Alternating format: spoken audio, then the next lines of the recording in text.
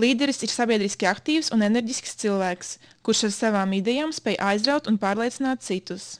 Līderis ir radošs un par sevi pārliecināts cilvēks, kas spēj elastīgi pielāgoties un iejusties dažādās situācijās.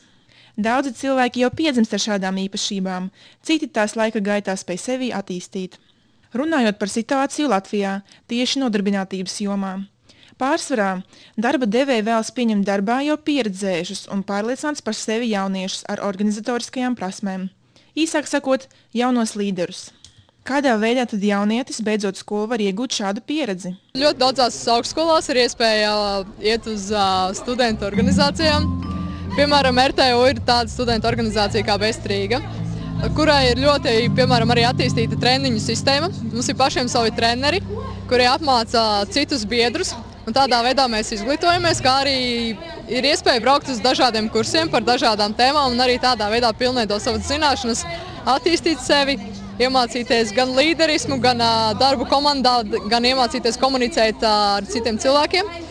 Darbošanās kādā organizācijā sniedz jaunietim iespēju iegūt pieredzi projektu rakstīšanā, iegūt ieskatu finanšu organizēšanā, iemācīties izteikt un pamatot savu viedokli, kā arī iemācīties piesaistīt finansējumu savu projektu īstenošanai.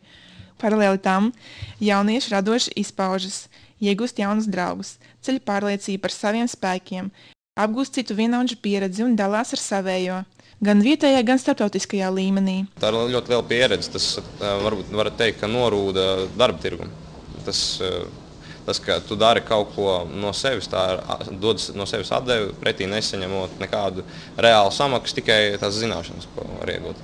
Man liekas, ka tā dzīve Rīgā ir diezgan vienveidīga savā ziņā, kad aiziet uz ballītēm un, ja ir draugiem LV, tas nav tā, bet īstenībā atnākt un parādīt sevi un ka tu vari kaut ko izmainīt, un tas mainīs ne tikai tavu dzīvi, bet arī tavu draugu dzīvi, un tas, man liekas, ka pavisam kaut kas cits un foršāks. Tev patīk kāpt kalnos, gulēt teltīs, fotografēt, veidot īsfilmas vai darīt ko citu. Neticēs, bet visām tavām idejām ir iespējams piemeklēt radošo pielietojumu. Nevalstiskās organizācijas, kas darbojas pēc Eiropas Savienības neformālās izglītības programmas, ir tās, kas palīdzēs šos sapņus īstenot.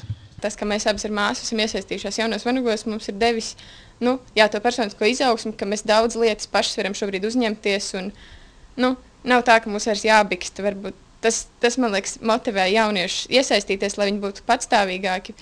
Paši varētu uzņemties tās lietas un organizēt un saprast, piemēram, kā rīkot lielas sacensības vai kā būt vienam no tiem mazajiem rūķīšiem, kas taisa lielās sacensības. Ja tu nevari atrast organizāciju, kurā izpausties, tu vari dibināt pats savējo.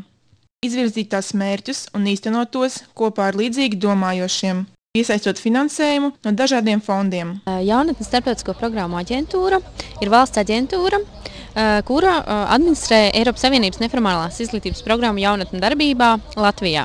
Ja jaunietis ir jau iesaistījies kādā jaunatnes organizācijā, tad tas ir ļoti labi, jo šī organizācija projekta iesniegšanas laikā var būt kā likumīgais pārstāvis. Bet, ja jaunietim nav šāda organizācija, noteikti datu bāzītē www.jaunatneslietas.lv portālā jāmeklē ir tātad šī jaunatnes organizācija, varbūt tuvāk dzīvesvietai, kurā iesaistīties un tad arī atrast dombiedrus un sniegt šo projektiņu. Tev kā jaunietim darbs nevalstiskajās organizācijās, balstoties uz pašmotivācijas pamata, ir labs papildinājums CV, kas dod iespēju arī potenciālam darba devējiem pārliecināties, ka jaunietis ir motivēts un spējīgs strādāt patstāvīgi. Šobrīd Latvijā liela daļa jauniešu ir bezdarbnieki.